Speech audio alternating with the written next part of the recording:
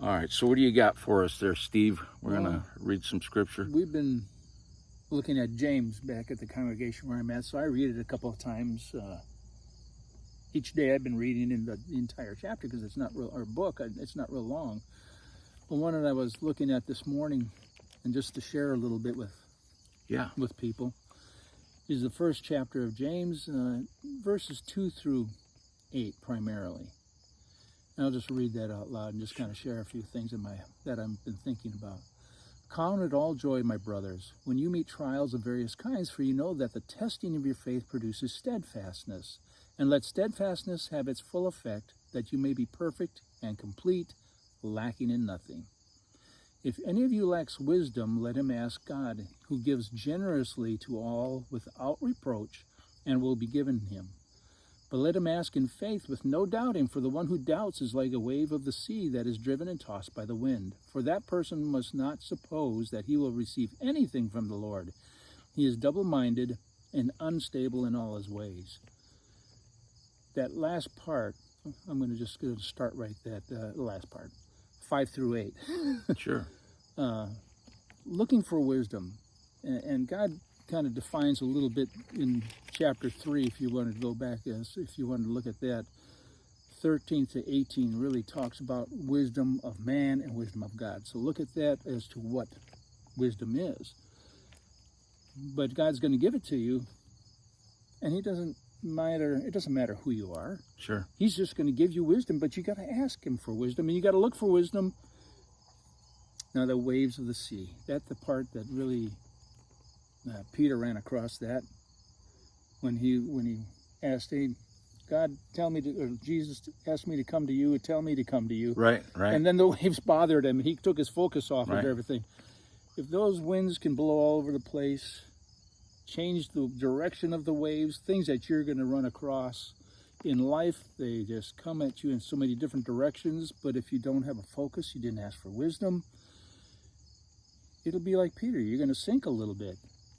And if you don't think about that wisdom, what does it say in verse 8? Double-minded man, unstable, not just now, unstable in all of his ways. So it's just going back.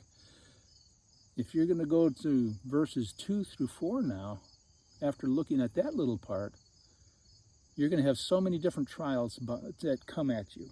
The waves come at you, the trials, those kind of things. But all of those things, when you ask for wisdom, do produce what they call steadfastness here. You're going to lack nothing. You're going to have trials. You got to go through those. You're going to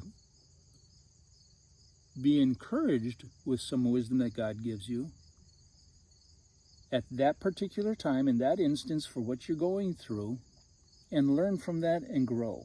Right. And then comes another wave. You ask for more wisdom. It's a circle that keeps on going. Right. You're going to get more wisdom, another trial, something else, and eventually you have several things that you can bank on. I've been through some of these things.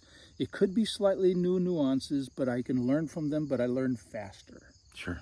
And it's just a continuous circle of wisdom, constantly going, but you always have to go to God for that. You got to look at that. And that's just what I wanted to share this morning. That's a good thing to share. I like the connection of it, what you're talking about with Jesus and inviting Peter out, right? Interestingly enough, I have a sermon this Sunday that has that story in it a little bit. It's not the whole sermon, but it's part of it. And I was looking at that little narrative there about Peter stepping out, and you look at the material of the boat, and he's in the boat, and the Lord is on the water, and he's invited out, right, to step out on the water.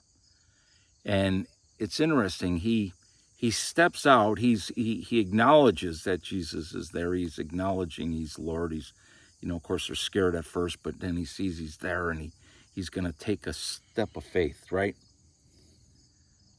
There's some wisdom there. He should step towards Christ, right? He should trust in that. But as he does, he leaves the material behind, which he puts normally all his faith in, right? Yeah. And then So there's a moment in between.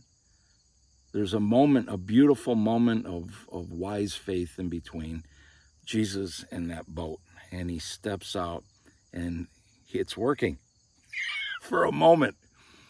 And then he loses his faith and wisdom and begins to sink, right? And I think that's an always interesting in James there, the toss to and fro of the waves, right? That's life, man. That is so true. Mm-hmm. And wisdom is important, and I think Scripture indicates that it begins with us fearing the Lord, and that if we can have a fear and understanding, a reverent fear of God, that His wisdom is way beyond ours, and we need to pull on that and lean on it and depend on it. That's a beautiful thing, because the wisdom of this world, right, is foolishness to God. Oh. And it talks about that in chapter 3. Yes. About some of the world. And it's broad. Right. It's so broad. But it's hard. It's hard. I mean, I think of like when we're talking about things like this, you and I we've been on the earth for a while now. And so we've had experiences in life. And some of those experiences, at least for me, any of the wisdom I may have gained, any of the good godly knowledge I may have gained came from pain a lot of times. It's not always a nice, cushy, rosy thing. It's stepping out of the world and stepping out, onto the sea of faith, and sinking now and then and being tossed to and fro. Some of it can be extraordinarily painful, but it's in those times is when really, that's when I learned the most, Mm-hmm. And it sounds so cliche-ish, but it's so true. Older people tend to tell younger people that a lot, that look, it's going to be your trials and tribulations, your challenges in life that are really, really hard, that are, if you keep your eyes and ears open spiritually and you trust in God, that's when you're going to really learn and you will get through it.